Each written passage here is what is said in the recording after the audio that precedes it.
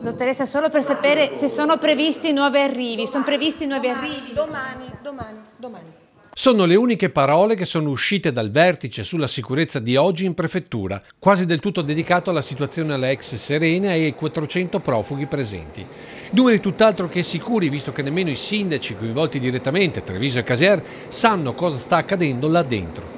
I ragazzi della società mi dicono che devo chiedere al prefetto in prefettura. Il prefetto mi dice che sono numeri che gestisce lei e che quindi io devo andare avanti a fare il sindaco e quello non è un territorio del comune di Casier. Del resto, sottolinea il sindaco, smettendo l'ex consigliere Domenico Piccoli, proprio per questo non c'è nessuna convenzione firmata tra prefetture e comuni sulla presenza profughi nei territori. Io parlo per me in primis, non ho mai firmato nessuna convenzione con la prefettura, credo che nemmeno il sindaco Manildo, perché altrimenti, visto che in questi giorni stiamo lavorando molto assieme, me l'avrebbe detto. Sono certa che la prefettura non ci ha fatto firmare nulla, anche perché quella caserma non è nostra, ma è del Ministero della Difesa, passata in 2 giorni al demanio. Che dovrebbe peraltro riscuotere l'affitto della cooperativa che gestisce i profughi, anche questo al centro di polemiche sui costi di gestione di questa che sta diventando tutt'altro che emergenza umanitaria. Ci sono davvero contorni inquietanti intorno